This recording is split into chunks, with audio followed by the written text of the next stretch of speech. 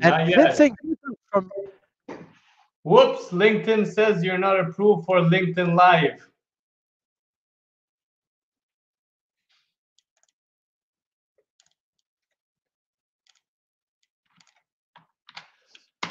We're live right now. Vince, on est live. Yes, we got Jean-Philippe Poisel and Vincent Guta from Remax, Verdun office, Sud-Ouest, Montreal, Quebec, Canada. So Jean-Philippe, what do you have in store for all our listeners today? On va le faire en français, en anglais, on va changer ça un peu. On va faire quelque chose bien pour tout le monde, que tout le monde comprend. Qu'est-ce qui se passe dans le marché?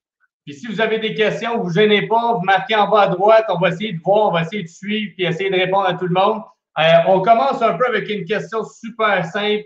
Comment se préparer à la vente ou l'achat durant le COVID? Donc, je répète pour tout le monde, pour que tout le monde suive. Comment se préparer à la vente ou l'achat durant le COVID? Donc, Vincent, je te laisse commencer, puis on va suivre, on va s'échanger comme ça. Là. Super bonne question, Jean-Philippe. Puis il y a beaucoup de monde il y a beaucoup de monde présentement qui ne sait pas quoi faire. Quand je dis on ne sait pas quoi faire, comment on prépare la propriété quand on veut faire une vente de propriété? C'est comme à l'extérieur de la propriété. Est-ce que le gazon est présentement coupé? Est-ce que tous les déchets sont nettoyés? Est-ce que ta porte d'entrée est propre?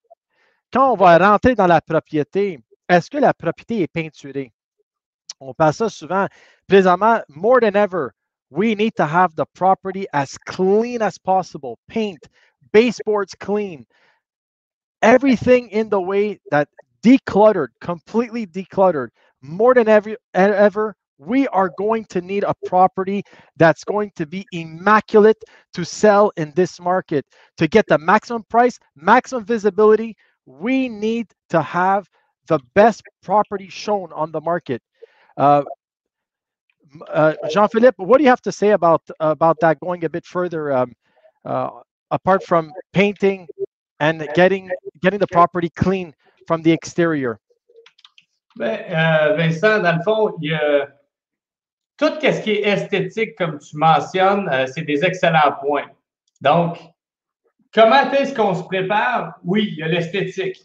C'est clair, il y a l'esthétique. Il y a qu'est-ce qu'on remarque. Tous les petits détails comptent maintenant. Comme tu l'as si bien mentionné, la peinture compte. C'est d'aller vraiment dans tous les détails. Ça veut dire que, admettons que vous avez votre rampe. On prend juste un exemple. La rampe, elle bouge, puis elle n'est pas solide. Ça va porter plus à l'attention maintenant qu'on est dans un marché qui est différent, qui a changé. Donc, on doit s'assurer que ça, c'est bien fixé. À l'extérieur, bon, mais on marche, puis il y a une des marches qui n'est pas bien fixée. Ou il y a les marches, par exemple, sont en fibre de verre. Puis les marches qui sont en fibre de verre, bien, il y a du noir dessus. Assurez-vous de le nettoyer. Donc, la propreté va être de plus en plus importante. Assurez-vous qu'il n'y a pas que c'est pas tout sale ou tout en désordre à l'intérieur. C'est super important que ça soit propre à l'intérieur parce que quand les gens vont décider de visiter, ils vont visiter moins de maisons, mais chaque visite va compter. Il va y avoir moins d'acheteurs, mais chaque visite compte. Donc, tu l'as si bien mentionné. Maintenant, tout ce qui est les lumières qui sont dans votre maison, les lumières à l'extérieur, assurez-vous de nettoyer les bulbes, assurez-vous de nettoyer les luminaires, assurez-vous que ça sent bon.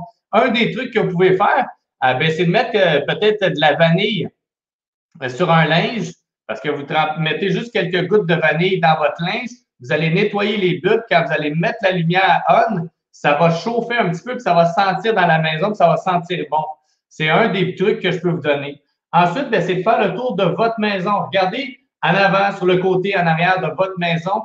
Est-ce qu'il y a des éléments que vous pouvez faire qui vont moins accrocher? On veut avoir le moins d'accrochage pour un acheteur potentiel pour pas que dans sa tête, c'est de dire, OK, je pars d'un prix, puis là, chaque accrochage fait encore plus mal que jamais avant. C'est-à-dire, c'est plus de dire, je vais offrir quasiment le prix demandé parce qu'on était quasiment rendu là. On était dans un marché où est-ce que, il demande 400 000, je vais lui donner 3,95 ou 400. Comment est-ce que je peux faire pour avoir la maison parce qu'il y a tellement d'acheteurs?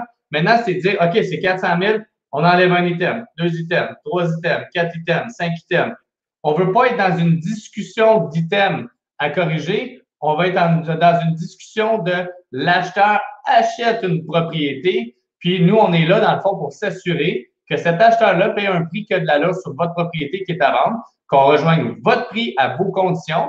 Puis si vous êtes du côté de l'acheteur, puis on est là pour vous représenter, ben on est là pour travailler ensemble pour obtenir le meilleur prix aux meilleures conditions. Excellent, Jean-Philippe. Tu as mentionné plusieurs bons points présentement concernant une vente d'une propriété. Puis, si on va sur l'achat d'une propriété, l'acheteur, plus que jamais, numéro un, il faut que l'acheteur il garde avec son courtier hypothécaire pour voir s'il pourrait acheter pour le même somme d'argent. Aussi, c'est pour être prêt, pour être vraiment attentif sur les affaires qui vont aller sur le marché ou même les affaires qui sont présentement sur le marché pour vraiment voir en détail chaque propriété. Est-ce que la propriété est par 3D? Est-ce qu'on peut voir plusieurs éléments dans la propriété si ça se fait pour eux autres?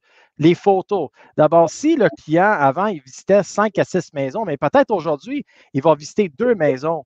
Mais parce que tous les détails nécessaires sont sur le listing. D'abord, plus que jamais, puis on va aller sur le côté du vendeur, c'est pour avoir le meilleur, pour avoir la maison le plus clé en main possible. C'est quoi que tu pourrais ajouter à ça, Jean-Philippe? Ben, tu l'as mentionné, puis tu as parlé un petit peu de la fiche descriptive de la propriété. Souvent, les gens zappent rapidement, zappent. Aussitôt qu'il y a une propriété qui sort sur le marché, c'est un peu comme si c'était le jour de la marmotte, le monde se lève et oh, il y a une propriété, quelque chose qui vient de rentrer sur le marché, c'est quoi? Les gens sont curieux, ils veulent savoir c'est quoi la nouveauté qui vient de rentrer sur le marché. Donc, votre propriété a un super grand attrait dès le départ. Ensuite, ça va diminuer. La seule façon de le rattraper et de la garder le plus haut possible, c'est d'avoir un marketing qui est soutenu. Mais à partir de là, il faut s'assurer que si on a 2 propriétés qui sont pareilles, mais dans une des propriétés, on parle d'un air climatisé mural. On parle, par exemple, de tous les accessoires de la propriété qui sont inclus, d'un comptoir de granit, de ci, de ça. Puis l'autre, il n'en parle pas, mais il les a tous ces éléments-là, mais on ne le voit pas dans les photos. Quand les gens regardent les 2 inscriptions, ils disent celle-là vaut plus cher, celle-là vaut moins cher. Donc, il faut s'assurer que la fiche soit complète et mentionne tous les éléments qui peuvent avoir un impact sur la valeur de votre propriété doivent être mentionnés parce que sinon, ben, elle est trop cher, on ne va pas la visiter.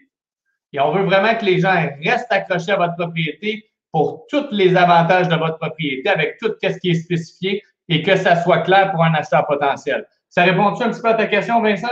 Jean-Philippe, tu as répondu les 2 questions super bien. Puis aujourd'hui, les vendeurs et les acheteurs sont sur le bord pour voir. Chaque journée, c'est une différente journée. On vient au bureau, puis le monde demande la question, est-ce qu'on investit, est-ce qu'on achète cette année ou on achète peut-être l'année prochaine? Est-ce que le marché va tomber? Est-ce que je vais être qualifié pour ce type de maison peut-être dans 1 mois? Alors, il y a plusieurs questions aujourd'hui. J'ai parlé avec plusieurs personnes aujourd'hui, et toi aussi, Jean-Philippe, puis le monde ne sait pas. Mais on est là pour vous donner les bonnes réponses. Je pense qu'on a tout un marketing en place pour la vente du côté vendeur et même acheteur, que le monde, ils vont avoir les réponses à jour. Pas les réponses de 1 mois passé, c'est à jour. On est 100% là au bureau chaque jour. On travaille avec les notaires, les avocats, les courtiers immobiliers au bureau, temps plein, puis on sait exactement qu'est-ce qui se passe dans notre domaine. Les visites, comment ça se passe, les vendeurs, ils pensent comment, les acheteurs pensent comment. D'abord, on est là pour répondre à toutes vos questions. Si jamais vous avez des questions, don't be shy, message us. Anything to do with real estate, residential, commercial, we have the answers for you. We have the right people in place to answer. So, Jean-Philippe, les acheteurs, Vincent, on a parlé beaucoup des vendeurs. Oui. Si vous êtes un acheteur, mettons, dans le marché actuel, il y a des gens qui nous écoutent qui veulent acheter une propriété. As-tu des conseils pour eux autres? As-tu des choses qui sont importantes à considérer ou des éléments que tu pourrais dire, regarde, voici quelques astuces, puis je pourrais compléter avec toi, Vincent, si on parle un petit peu plus des acheteurs maintenant. OK. Bien, c'est sûr comment on va être prêt avec l'acheteur? C'est sûr que l'acheteur, numéro 1, il faut avoir un masque pour visiter une propriété. OK? Les propriétés qui sont mises à vente avant le 20 avril, excusez-moi, tout le monde a besoin d'avoir un masque et les gants pour visiter. OK? Ensuite, quand on va travailler avec l'acheteur, quand on va visiter les propriétés avec l'acheteur, comment on va guider l'acheteur? OK? C'est quoi, dans quel, c'est quand l'acheteur a besoin d'acheter la propriété, pour quand? Puis c'est vraiment important qu'il passe un notaire, on va dire pour X date. On va dire que c'est le 1er juillet. Mais ils n'ont pas de temps pour niaiser. OK? D'abord, aujourd'hui, je peux vous dire que si quelqu'un demande est-ce qu'on achète une propriété cette année ou est-ce qu'on attend, c'est maintenant qu'il faut vraiment mettre les affaires en place pour visiter une propriété, pour l'acheter, parce qu'on ne sait pas qu'est-ce qui va se passer l'année prochaine. Est-ce que les prix vont monter? Moi, je pense que le marché va être en feu en 2021. D'abord, aujourd'hui, un acheteur, pour avoir un meilleur prix, c'est une propriété. OK? Comment visiter une propriété? À l'intérieur, à l'extérieur, c'est nous qui va guider l'acheteur quand on va visiter. Le site de localisation va être super important. C'est quoi le titre de propriété? Le titre, là, s'il y a les empiètements, s'il y a les servitudes en place, est-ce qu'il y a la périte? Il y a plusieurs éléments qu'on va garder avec l'acheteur si c'est un bon achat pour eux autres, puis à long terme. Est-ce qu'un investissement 5 ans, c'est idéal pour ce secteur-là ou il faut investir plus longtemps? Jean-Philippe? Excellent point, Vince. J'ai mis ça comme prochain point. Comment faire une offre d'achat et gagner dans le marché? Mindset is everything. Hein? Clairement, d'accord, puis surtout dans le marché actuel. Puis j'ai une question, je ne sais pas si tu la vois en bas de l'écran, Vincent. Comment faire une offre d'achat et gagner dans le marché actuel? Donc, il y a plein de façons de fonctionner dans le marché actuel. Pour gagner dans le marché actuel, il faut être encore plus préparé que jamais.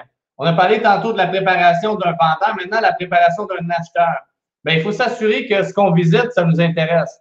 Donc, regardez en ligne, assurez-vous d'avoir toute l'information, demandez au courtier inscripteur d'avoir toute l'information nécessaire de la propriété, que ce soit par exemple déclaration du vendeur, certificat de localisation, toutes les informations qui sont pertinentes pour que si vous décidez d'aller de l'avant pour visiter, c'est parce que vous avez passé déjà à travers ce qu'on appelle en anglais due diligence. S'assurer que vous avez déjà passé à travers les documents, puis ça vous convient. Parce qu'admettons que vous dites, hey, cette maison-là, je la veux, il faut que je la visite, mais vous n'avez pas remarqué, sauf que de l'infiltration d'eau depuis les 15 dernières années, puis ça coûterait 30 000 pour le corriger. Là, vous dites, ouais, mais avec 30 000 de plus, ça ne me tente pas de rentrer dans ces travaux-là.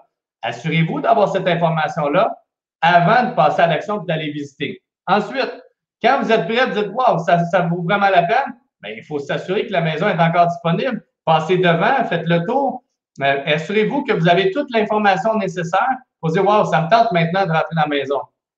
Puis quand vous êtes prêt à rentrer dans la maison, c'est qu'il y a des bonnes chances que c'est cette maison-là ou parmi une, deux ou trois maisons que ça vous intéresse. Puis vous voulez voir quand vous allez rentrer, c'est-tu celle-là qui me convient? Est-ce que je me sens bien quand je rentre dans la maison? C'est pas le temps de savoir dans la maison, ouais, mais y a-t-il telle affaire par rapport à la pyrite? Y a-t-il telle affaire par rapport à la fondation? Y a-t-il de l'eau qui rentre? Y a-t-il ci? Y a-t-il ça?